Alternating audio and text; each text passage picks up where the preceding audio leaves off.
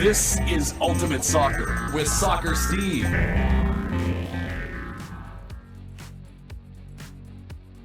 Okay, guys, thanks for you guys who've recently subscribed. Keep it here, and I tell you what, we're going to get more stories coming through. Today, we're going to be looking at the pre-game. Bahrain, coming this Friday at the Khalifa Sports City Stadium in Isa Town, Bahrain. I've been there. It's an absolutely beautiful part of the world, it really is. And I'm not sad that I'm not going there this year, because I've been there a few times. But just to let you know, Bahrain, been there, spent some time in Bahrain. It's fantastic. It's a lovely place, great people. The people are amazing. And that's one thing you got to realize in the Middle East. The people in the Middle East are amazing people. And you never get to hear about them. Well, there's a competition, so hopefully we get to hear about the Qataris and much more people from the Middle East. Because like I said, I've been in the Middle East, fantastic people, wonderful place to be. And, you know, if you haven't been there, take a trip. You'd love it. You would love it. So, getting down to the game, Friday, Khalifa Stadium in Isa Town, Bahrain. Now, some things we need to know. Khalifa City, the stadium, 15,000-seater stadium. It's the typical bowl-shaped stadium. So, one side is covered, nice little sort of roof, and everything else is wide open, and it's a bowl shape, and you're quite a ways away from the field. Now, talking about the grass, I expect the grass to be pretty decent. Reason why is a World Cup team has come into play. And you got to say, when a World Cup team comes to play, and people normally dig it out, yeah? They normally bring their top draw job. I mean, I've seen games, I'll give you an example, Edmonton Commonwealth Stadium. Commonwealth Stadium, when it had turf, real turf, was the worst turf I've ever seen in my life. The only reason why, it's not down to the ground crew. They did everything they could, and they did an amazing job with that, what they had, mostly mud. But it's down to the conditions, right? So, in the Middle East, it's very dry. If you don't have water, your pitch dies in days. Sometimes the Khalifa Sports City Stadium pitch has been a little brown. I'm expecting it to be lush and green. Watch what happens. Now, the Khalifa Sports City Stadium is a 15,000-seater stadium. I expect to see quite a few people there because, you know what, it's a big show. It's a World Cup team coming into their backyard, and Qatar's just across the water, yeah? Because Bahrain and Qatar, right close to each other, tiny little... Qatar's a peninsula, and Bahrain's an island, and there's a causeway that goes from the mainland Saudi Arabia over the causeway to Bahrain. I've been on that causeway. I've been in Bahrain, Qatar, Saudi, Kuwait, a few other places too, and had a fantastic time in the Middle East. You heard that before, right? If you go there, you're going to have an amazing time. I'm telling you, you will have an amazing time. The grass is not always the best. I've got to tell you that the grass is not always the best, but they got a big team coming in, so I expect them to have the grass looking really good. Now, here's a couple of pictures of the stadium, and you can't find much online, let me tell you that. But have a feast your eyes on these two slots. I'll be back in a second.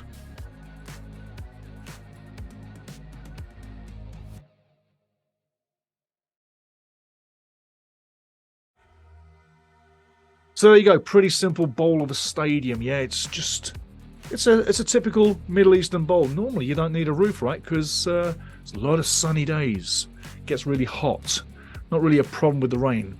Now, turning angles now. We've got a couple of players to look at before we get to the team and the game, and looking at form. Form for Bahrain's coming next. Form for Canada's coming after that. But looking at two players, take a look at these two guys.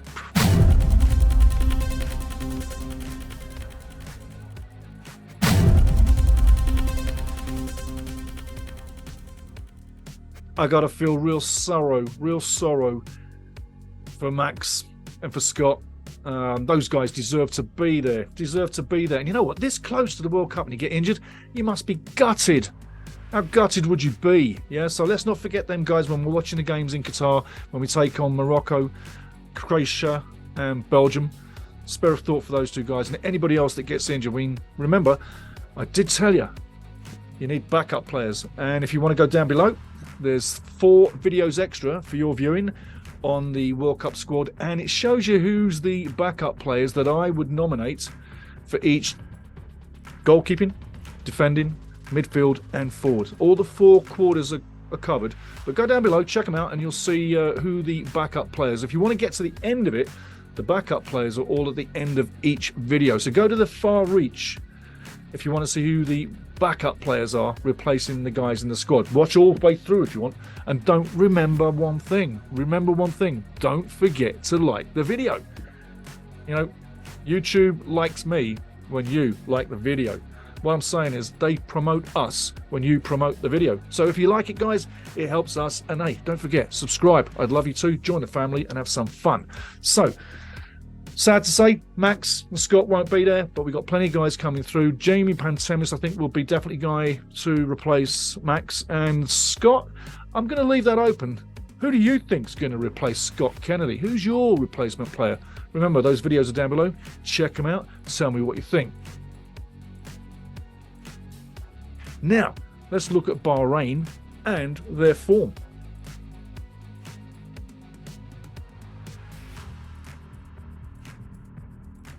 Looking at Bahrain's players, all the players except one, Ali Madan, and Ali Madan is a United Emirates-based player, so only one of the Bahraini players plays outside of Bahrain. Otherwise, the whole complete national team setup, it plays, lives, stays in Bahrain. Such a small little place. What am I saying with that? 1.4, 1.5 million people in Bahrain. You're only going to get a certain measure of fantastic players because it's all about numbers, right? So the numbers are small, hence that's why they're not number 1 in the world, yeah? It's obvious. But most of their players are based in Bahrain. Only Ali Madan is based in the United Emirates. And gotta say, that'll tell you something about the quality of the team. Ranked 85 in the world, that'll tell you something too. Now, they've got a couple of games coming up. They've got us coming up on the 11th, and on the 18th, they get to play Serbia. That's going to be 2 decent games for them. 2 losses is definitely what I'm seeing. Canada, I really think it's a 1-0 win or a 2-0 win at least. And with Serbia, likewise, probably 2-0, 3-0. They are a little bit better than us. I mean, Serbia's a damn good football team, but same with us. It's not about the scoreline in this game. And it's not about the scoreline in the Japan game either. It's about getting the fluidity back into the play, getting everybody back into the picture, getting things moving and getting everything gelled. And yeah, we want a couple of goals for sure. So we want to see Jonathan David, we want to see Kyle Larry, maybe Tejan Buchanan, maybe Junior Hoylett, you know, maybe even Cavallini. Somebody gets a goal. Yeah, we want to see some good plays through the midfield. We also want to see Steven Eustáquio kind of like standing on his head a little bit, but not too much. I mean, save that for the World Cup. We also want to see everybody else in the midfield fired up as well. Also, Mark Anthony Kaye, I'd say he should play as a tester. Mark needs a game. He needs the game. He needs to show us that he's got his head straight and that he's ready for the big competition, because he can be important for Canada. But I just want to see him in one of these games show his ilk and show some good discipline. Give me 2 massive games, Marco. 2 massive games, and I'm sure you'll be figuring in the World Cup plans. But I'd like to see Mark Anthony Kaye get in there. As for defensively, we don't have any issues. The midfield contains the little threats on the outside, and when it comes central into the defence, you know, Steve Vittoria, Miller, they've done a great job so far. You know, looking out wide, ADDICTIVE, I love the guy. He can't do any wrong for me. Keep him there for 3 games, please. That's what I'm saying. Ricky Larea needs to be the right back. And notice I didn't say Alistair Johnson. Next show, Alistair Johnson. That show. But no Alistair Johnson in the back 4. He's got a different role in my games. Definitely has a different role. I don't think he needs to play that role in these 2 friendlies, but come the first 2 games of the World Cup, Belgium and Croatia, I've got a tactic coming in the next show that I think really could help Canada. See what you think about that next show anyway. But staying with this one, Bahrain's got a game on the 11th and on the 18th. They're going to do everybody a big favour because it's right next door to Qatar. You know, if your last game preparing is like in Bahrain, you've got a little trip on a boat, if you like, across the water, maybe half an hour, nice and slow, or you can drive around. You could even fly over if you need to too. So there's 3 quick routes from Qatar into Bahrain. It's not a trip. It's a little journey just across the way there. So everything's perfect. No need to travel. No need to worry about getting in and out of airports. No need about customs. No need about baggage. It's all just local. So it's perfect for the first and final games for Canada, especially the second one in Dubai. That's not even a trip either. So it's all basically how you'd want it to be when you're coming into the World Cup and your final preparation. And you know what? It's been very quiet in Canada. I mean, I haven't heard too much so far. I look on Canada website all the time. Don't see any real good news lately. So what I hear, you hear, guys, but there's not a lot of news out there. And I'm not the only news people saying this. Qatar TV contacted me yesterday, interviewed me yesterday. I'm going to drop that after this. And they were asking me about, oh, yeah, I'll tell you what, I'll let you enjoy that interview that was given to me yesterday, because Qatar TV interviewed me.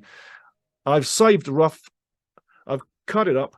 I'm going to drop it on the YouTube channel so you can see it, and you can see the questions that the Qataris were asking about promotions of the World Cup. Anyway, getting back to it, I expect 2 losses for Qatar, so for Bahrain on the 2 games.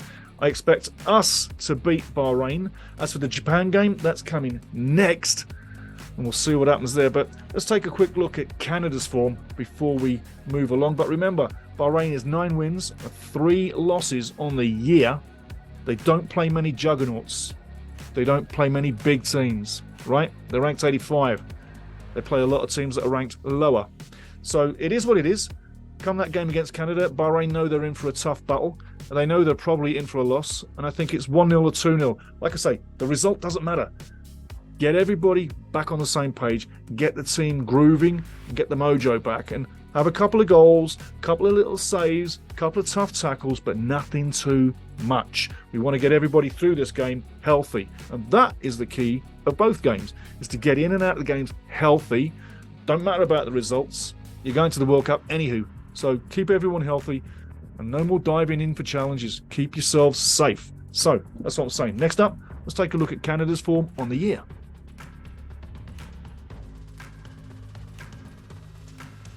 So, Team Canada on the year, 6 wins, 4 losses. We started the year really good, 3 losses, obviously, completing the qualifying. And ever since then, we've been in and out of it. We haven't had the form. We haven't found the form. It's been there. It's not been there. I mean, look at the last few games we played. I mean, 3 losses in the last 5. Yeah, 3 losses in the last 5. So coming into these friendly games, that'll help us probably get some better form, especially the game against Bahrain. And like I say, don't worry about too much about Japan. But yeah, on the year, 6-4. Recently, 4 losses, but 3 losses in 5. That's the form for you. It's not the greatest. But I think this is a part of the year where league football's done. It's the World Cup that's the focus. The guys are going to be together now. It's absolutely the place they want to be. And they worked hard to get here. So I think that everything points to positives for Canada. Everything's going to be on our page. And I don't think we've got anything too much to prove. We proved it in qualifying. Now it's just about getting the game done. So coming down to it, our form's not the greatest, but that's not really the important factor. It's how we reach these next 2 games and what we get out of it and how we actually arrive at the World Cup. No more injuries. No more injuries. That's the most important thing. Results against Bahrain. Yes, let's get one there. Japan's going to be a real lesson, I'll tell you. They are top draw. And get to the World Cup without any injuries. That's the main focus. So remember, 8:30 Mountain Time, Friday. That's when the game kicks off. Tune in. If you can't tune in, then bring it here, because straight after the game, I will do the post-game report and put it straight on the YouTube channel. So if you can't watch the game, I'll give you a full report of the game, first half, second half, and I'll also tell you my own personal thoughts about who really needs to be in the team and who didn't show up. I'm going to be real honest, because it's the World Cup and you deserve real reporting. Okay, guys, thanks very much. Like, subscribe, hit the notification button, and let's get closer to the World Cup and pass this around to your mates, because they need to know this channel, because it's Canadian, it's 100% Canadian, it's all it's ever going to be. Cheers, guys. Get ready for Friday.